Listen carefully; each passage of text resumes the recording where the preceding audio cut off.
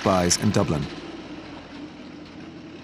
Immediately the auxiliaries went to Croke Park, interrupting a Gaelic football match, and indiscriminately shot 19 people, killing 14.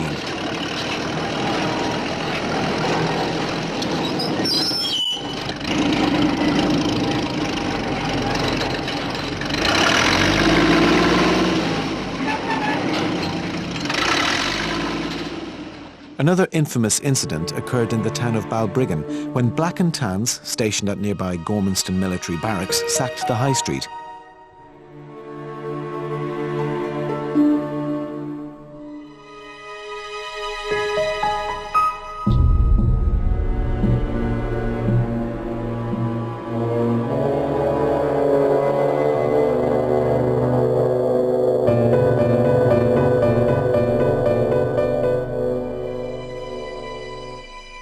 They destroyed 54 houses, an English-owned factory that provided most of the local employment, looted the 4 pubs, and then shot the 3 men they'd taken into custody on suspicion of being IRA members.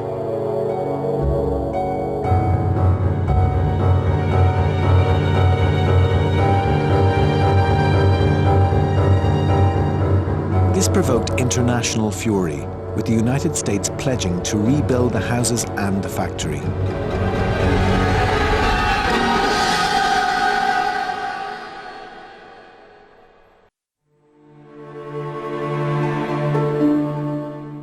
Some Sinn Féin members recognised that violence was only begetting violence.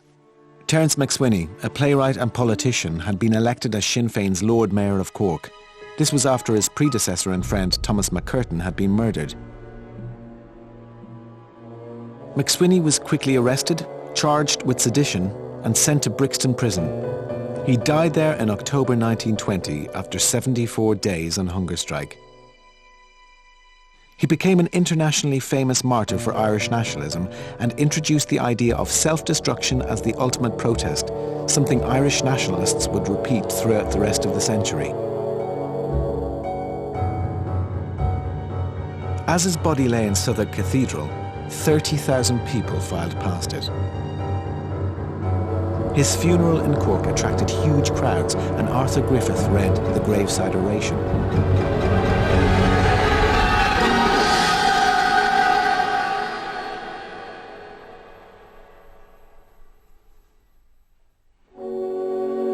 MacSwiney also inspired other revolutionaries later in the century, from Nehru and Gandhi to Ho Chi Minh and Che Guevara.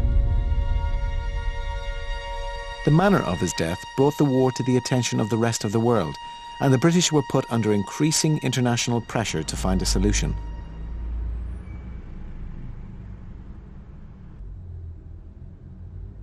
Finally, a truce was called on July the 11th, 1921. By Collins's own admission, the IRA had been less than 3 weeks away from defeat when it was called.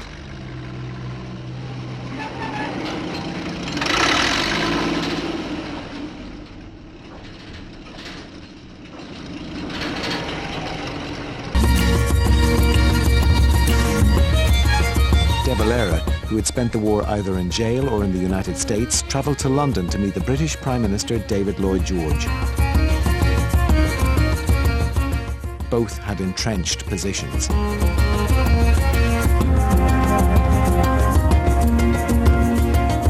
Lloyd George was immovable on his demand that Ireland must stay within the British Empire as a Dominion state, much like Canada. The idea of an Irish Republic had too much of a whiff of communist Russia or revolutionary France about it for the Welshman's taste. De Valera himself was an ideologue. An independent Irish Republic was his demand. Nothing else would do. It took many visits over 3 months just to outline these positions before formal negotiations could start.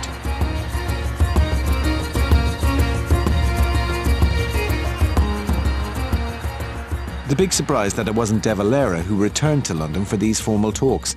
Instead, he sent Michael Collins along with Arthur Griffith to head the Irish delegation. De Valera, in all of his long life, never adequately explained why he did this. For many historians, the answer is obvious. De Valera knew that compromise would be a necessity. He also knew that whoever agreed to that compromise would attract the fury of the more fundamentalist IRA supporters, signing then not just a treaty, but a death warrant.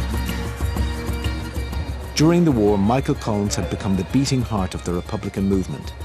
He was the personality that people wanted to follow, to risk their lives for. He was also De Valera's greatest threat as a political leader. Sending him to London was an act of Machiavellian genius.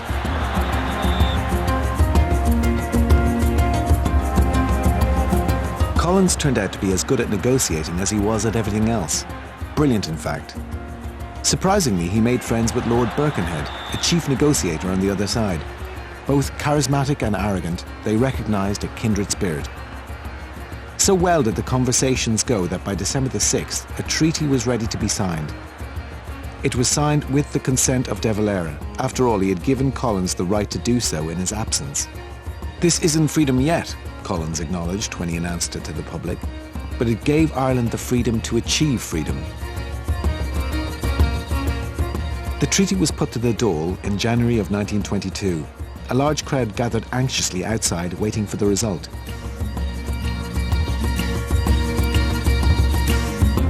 The treaty was passed narrowly, by 64 votes to 57.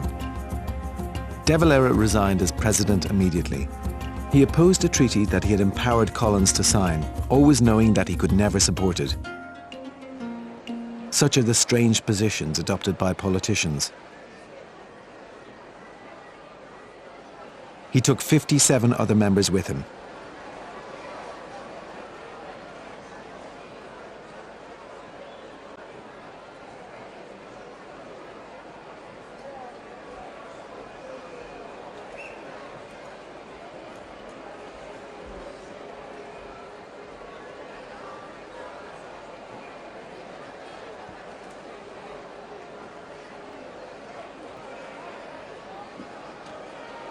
As the remaining MPs and public gradually dispersed, they must all have wondered what was coming next.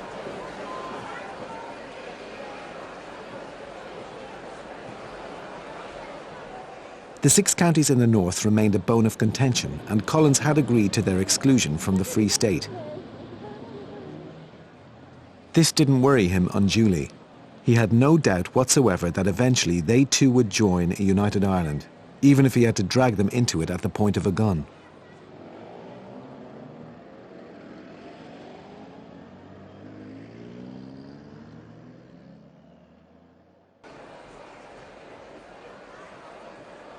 Another sticking point, and maybe the biggest one for De Valera himself, was that Collins's team had agreed to the Dáil swearing an oath of allegiance to the British Crown. They had also agreed to describe themselves initially as a free state rather than as a republic, the latter term being too emotive for the British negotiators. Collins believed that the oath of allegiance and the Free State moniker would be easily disposed of once the Irish began running their own affairs. All it required was a bit of patience. With De Valera's departure, Arthur Griffith was made president of the provisional government, and he and Collins assembled a new cabinet.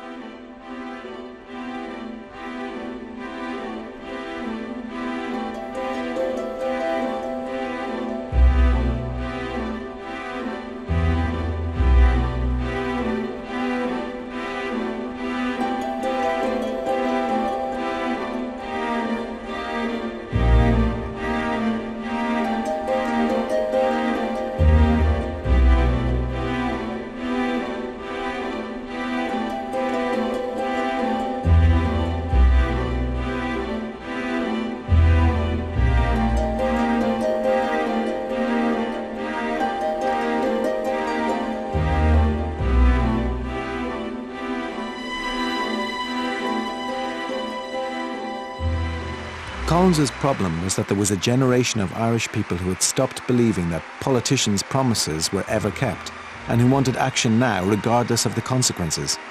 Had their comrades died for a free state? No, they had died for a republic. Such are the power of words.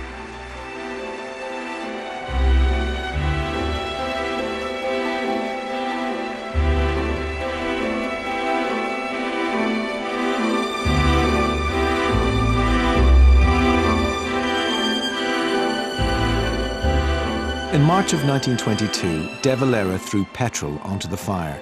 He said in a speech at Tipperary that the IRA would have to wade through the blood of the soldiers of the Irish government and perhaps through that of some members of the Irish government to get their freedom.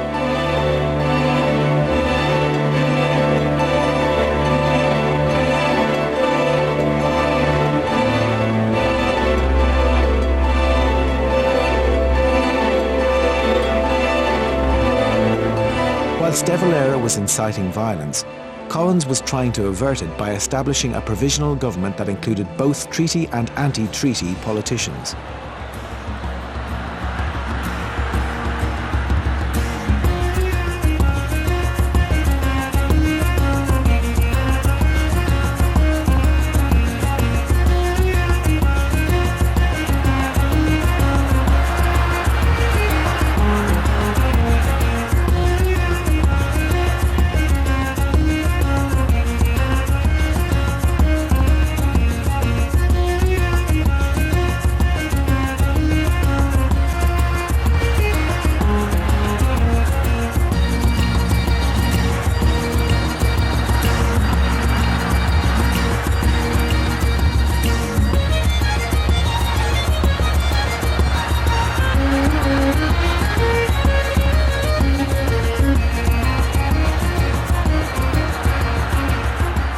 Eventually, the IRA arm of the anti-treaty Sinn Féin, confusingly both sides call themselves Sinn Féin at this point, took action. Led by Rory O'Connor, 200 or so took over the Four Courts building in Dublin, just around the corner from where the Easter Rising had begun 6 years earlier. The symbolism was obvious. Collins didn't attack immediately. He tried to negotiate a new treaty with the Republicans in an attempt to avoid civil war.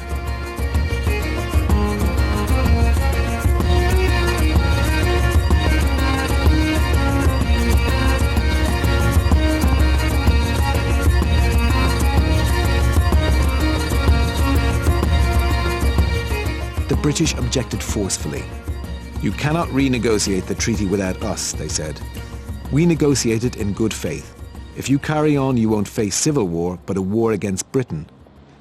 When O'Connor's men kidnapped one of Collins's generals, J.J. O'Connell, Collins felt compelled to act.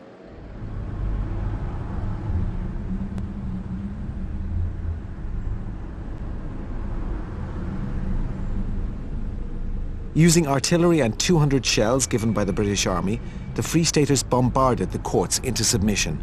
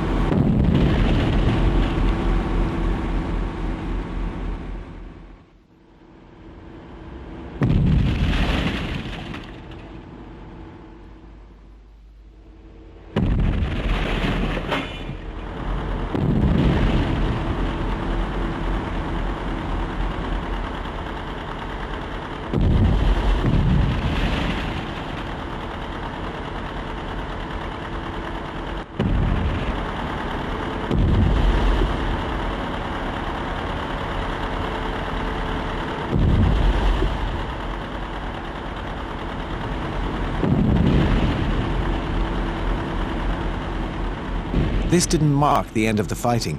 Skirmishes continued for days around Dublin.